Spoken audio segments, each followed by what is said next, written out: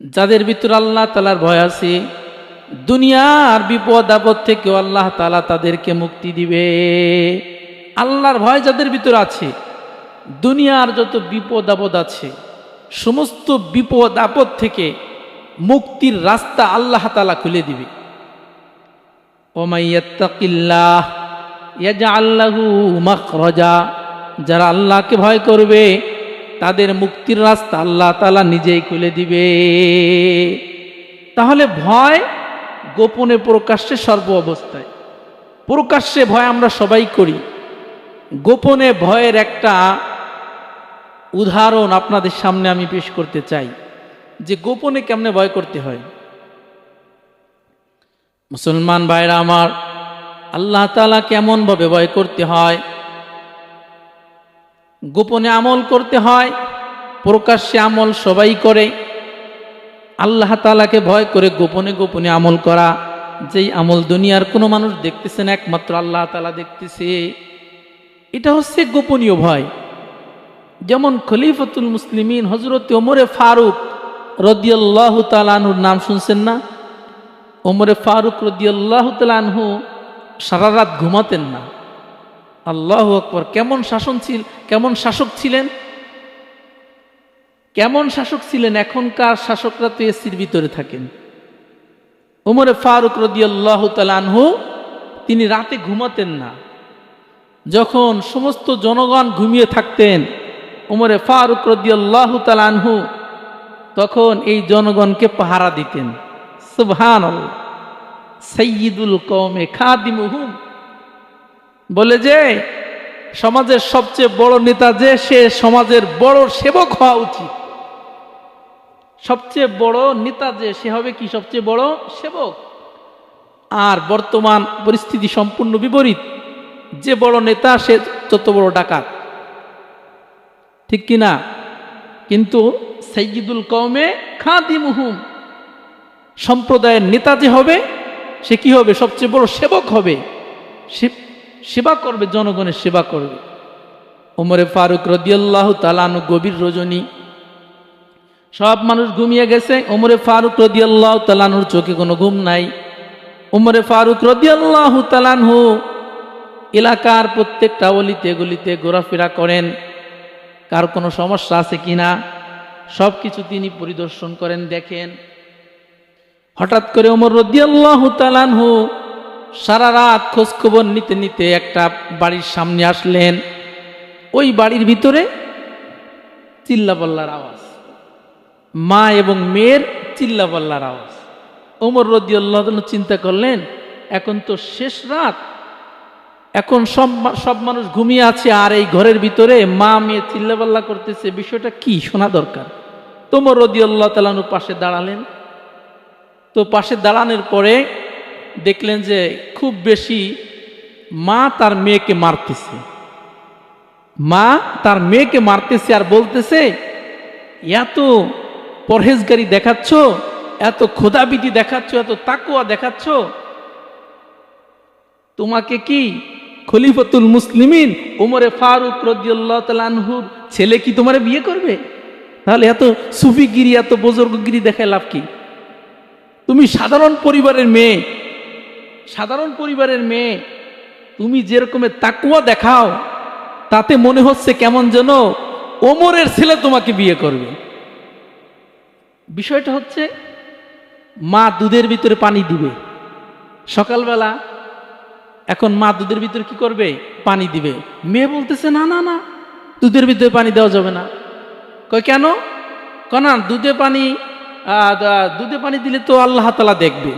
কারে এই রাতের ভিতরে? রাত আর দিন নেই, 24 ঘন্টা আল্লাহ তাআলা দেখে। খবরদার, দুধে পানি দেওয়া যাবে না, হারাম কাজ করা যাবে না। তো এই কথাটা মেয়ে বলার কারণে মা মেয়েকে কি করতেছে? মারতেছে, বকাবকি করতেছে। বেশি আল্লাহওয়ালা হয়ে গিয়েছো, বেশি পরহেজগার হয়ে গিয়েছো, বেশি সুফি হয়ে গেছো। তোমাকে কেমন যেন ওমরের ছেলে কেমন যেন বিয়ে করবে তোমাকে, এত খোদাবিদ দেখায় কোনো লাভ আছে?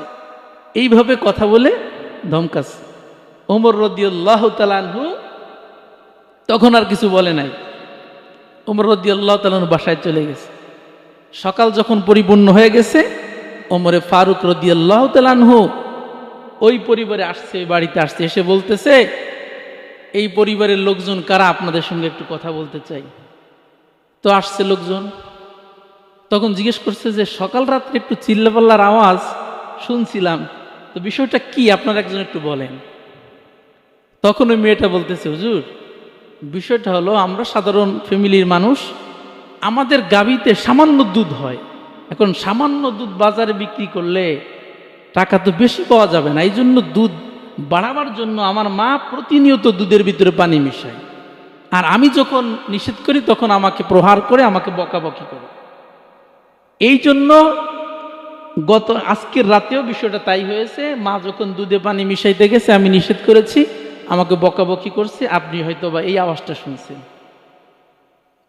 আল্লাহু আকবার। ওমরে ফারুক রাদিয়াল্লাহু তাআলা আনহু তার আর বুঝতে বাকি রইল না যে এই মেয়ের ভিতরে কতটা ক্ষুধাবীতি আছে, এই মেয়েটা কতটা পরহেজগার, কতটা মুত্তাকি। ওমরে ফারুক রাদিয়াল্লাহু তাআলা আনহু আর কিছুই বললেন না, সরাসরি বাসায় চলে গেছে। বাসায় যে তার স্ত্রীকে বলতেছে, ওমরে ফারুক রাদিয়াল্লাহু তাআলা আনহু বলতেছে, তোমার ছেলে, তাকে তো বিয়ে দেয়া দরকার, তুমি কিছুদিন আগেই তো আমাকে বলেছিলে যে ভালো কোনো মেয়ে পাইলে তোমার ছেলেকে কি করবা, বিয়ে দেবা। আমি ভালো একটা মেয়ে পাইছি। কি মেয়ে পাইছি? ভালো মেয়ে।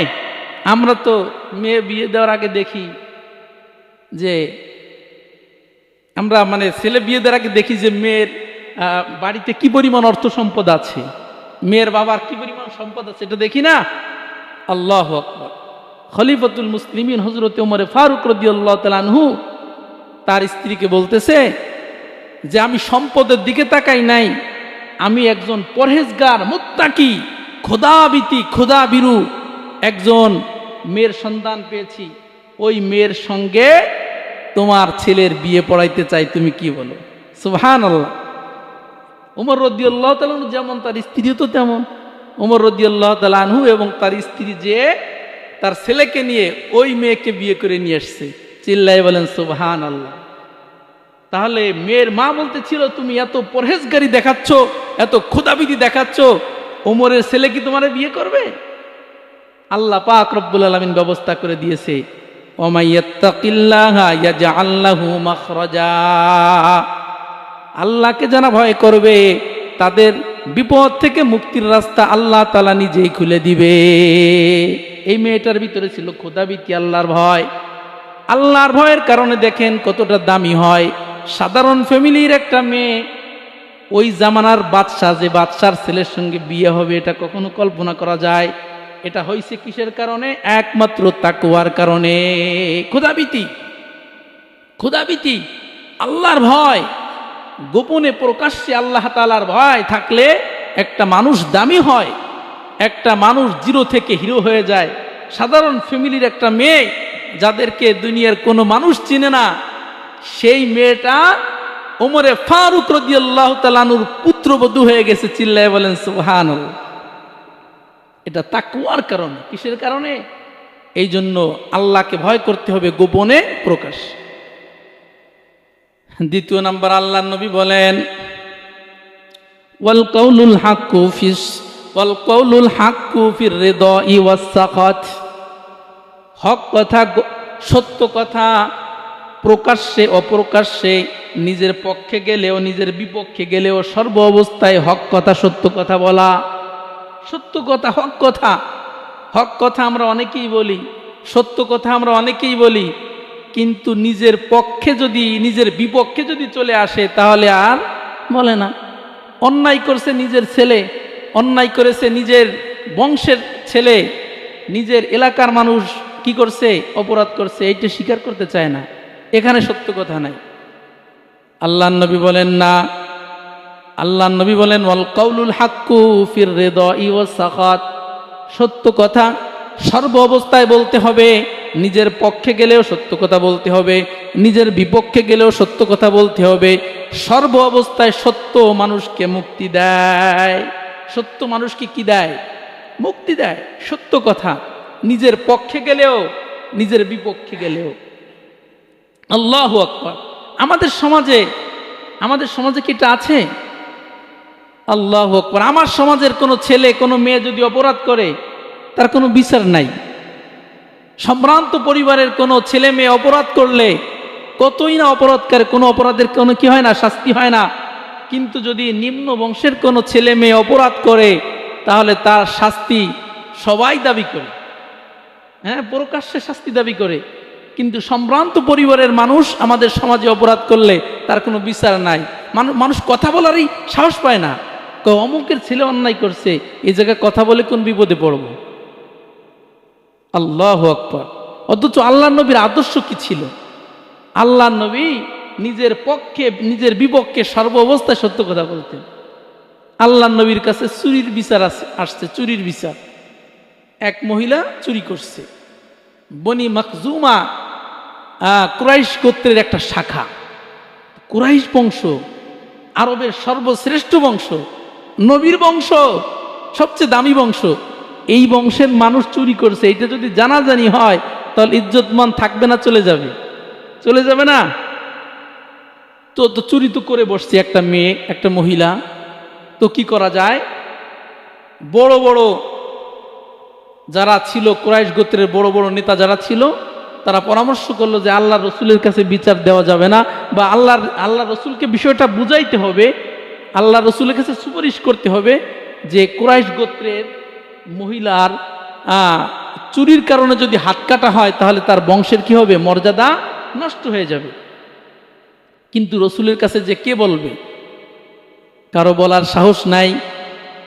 উসামা ইবনে যায়েদ রাদিয়াল্লাহু তাআলা আনহু, আল্লাহর নবীর একটা পালক পুত্র ছিল, তার নাম হলো যায়েদ।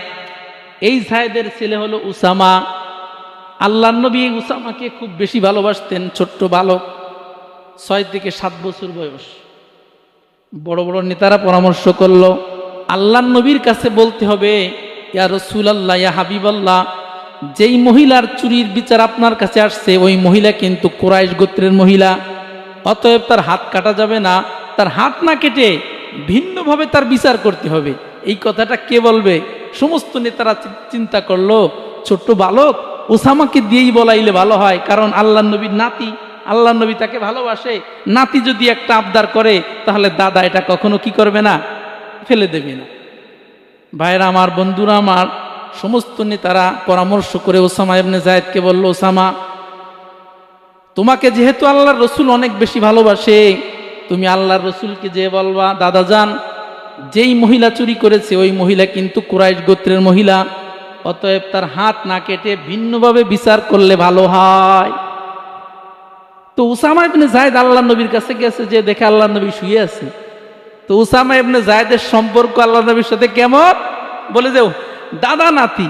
তো উসামা রাদিয়াল্লাহু তাআলা আনহু আল্লাহ নবীর বুকের উপর যে বসছে। আল্লাহ নবী ঘুমিয়ে আছে আর নাতি কি করছে, বুকের উপরে যে বইছে। তাহলে বোঝেন কতটা গভীর সম্পর্ক। এবার বুকের উপরে বসে বলতেছে, দাদা যান, একটা আবদার আছে আমার, বলো। ভাই তোমার কি আবদার বলো? তখন বলতেছে, দাদা যান, আজকে যেই লোকটা চুরি করেছে তার চুরির শাস্তি কিন্তু হাত কাটা যাবে না।